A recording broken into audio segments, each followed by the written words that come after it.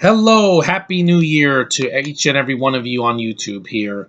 It is January 1st, 2019. Yes, I'm wearing my hat. It's the first day of the new year, and I'm glad you guys enjoyed my video from last night of the DVDs and Blu-rays I got over the past couple weeks. Now it's January. That means Amanda Peet month. Yes, I'm dedicating this whole month to mostly reviewing movies with Amanda Peet. I'm not going to review 2012 because I already reviewed it, and I'm also not reviewing anything that she makes a cameo in or any TV shows because those I would have to go through the whole series to get through it. I'm like, no, just her feature films that she either starred in or is a supporting role.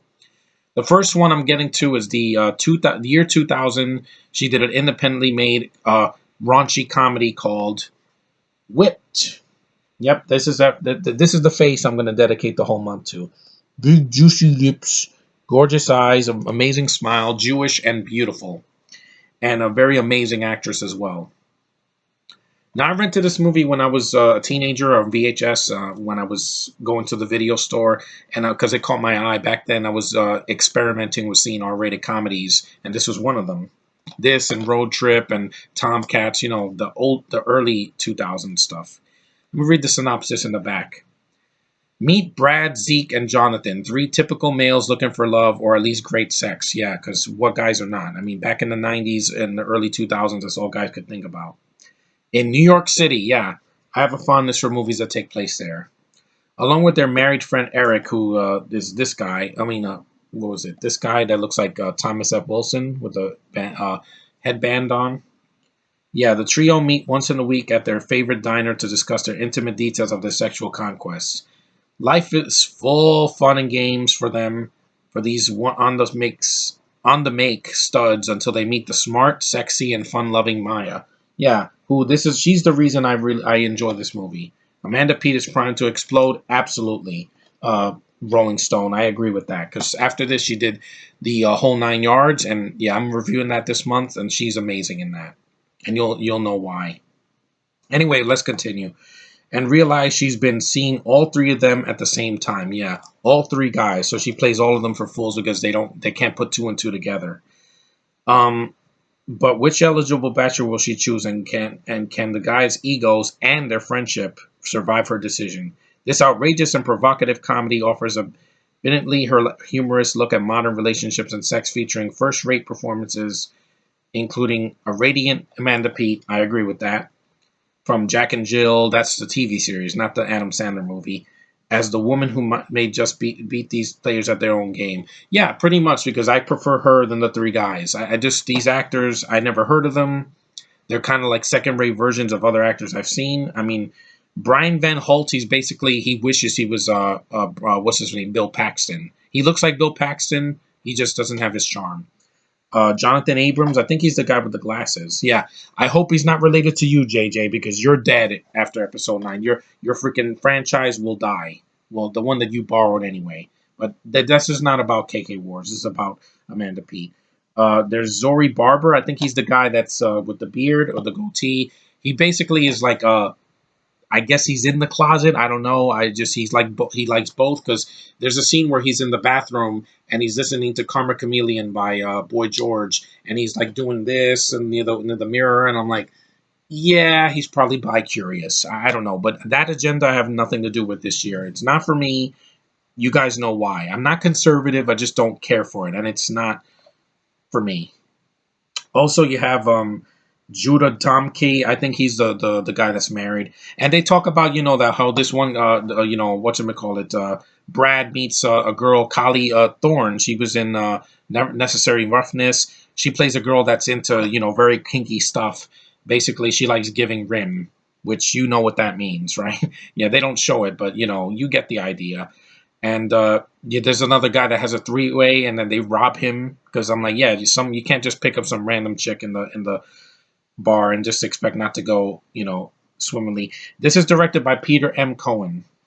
He did a good job. I mean, it's a very independently shot movie. You can tell because it doesn't have like any big stars in it besides Amanda P. She's beautiful in the movie. She really has some good dialogue, and there's a lot of scenes with her, where they have fantasies about her, and I'm like, yeah. Again, I can't blame it.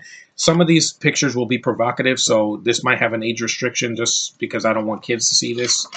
This is a picture of her whipped, and this is a picture of the guys. Look at that face. Yeah, see, he looks like Bill Paxton. He doesn't have the southern accent, and he's just not as impactful. Just I never saw him in anything again because I guess independent movies they don't cast the big name stars. Bill Paxton could have done this if he wasn't sick with cancer. But anyway, yeah, if you haven't seen this movie or heard of it, it's a good way to start Amanda Peet month because she's really really sexy in it. She's charming. She plays these guys for fools, and the film's only 85 minutes. So if you can't handle some of the raunchy humor, it's only an hour and 25. It's not 3 hours. It's not 2 hours. It's not an hour and 50. It's short and to the point. And while I think of the movies, it's a time waster. I mostly like it because of Amanda Peet. I think she really holds the movie together. Once she appears on screen, she just owns it. And I'm like, I love looking at her. I love listening to her voice. She has an amazing smile. She has this charisma that I don't get with actresses nowadays. I'm sorry, guys. You can keep your freaking KK Wars actresses. You can keep your actresses from Game of Thrones. I prefer the American women that have acted in films for years that have the experience, not just the looks. That's just my taste. But anyway, this movie is fun to watch. If you ever see this on Netflix or you see it on Google Play or YouTube, it's worth a watch, at least a rental, because I would recommend it for at least one watch, especially if you're a fan of this actress who I love. That's why I dedicated a whole month to her because she's worth my time. And yeah, it's some of the humor's not doesn't work for me. So the flaws are some of the writing. They do curse a lot, but it's an R-rated movie. What do you expect?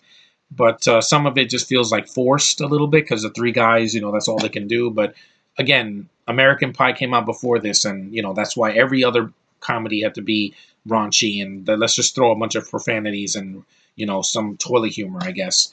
But despite that, I really think Amanda Peet really pulls it together, and it's worth your time at least once if you're interested in her. I am, so I want to get another copy of this because this one's old. I've had it for years and it's scratched a little bit. So, but the movie itself is a nice watch at least once. And scam or be scammed, yeah. And she plays these guys for fools, which is a good thing because it makes her not an idiot and not a freaking Mary Sue and not a unlikable biatch like freaking Bella Swan, which is good because I like to see women that are actually real women, not dressing up like guys or tomboyish lesbians or freaking Mary Sue's. And you know who I'm talking about. But anyway, that's my first movie for Amanda Peet month. So thanks for watching, guys. I hope you take it into consideration if you want to see this movie because it's very obscure, but it's with her and I haven't reviewed it yet. So I like the film for what it is. And there's a lot worse comedies that came out in the last 10 years. I'll say that. But yeah, thanks for watching. Take care. Have a happy new year. And well, one day down and 364 days to go. So a lot of reviews heading your way for Amanda Peet month. So see you guys later.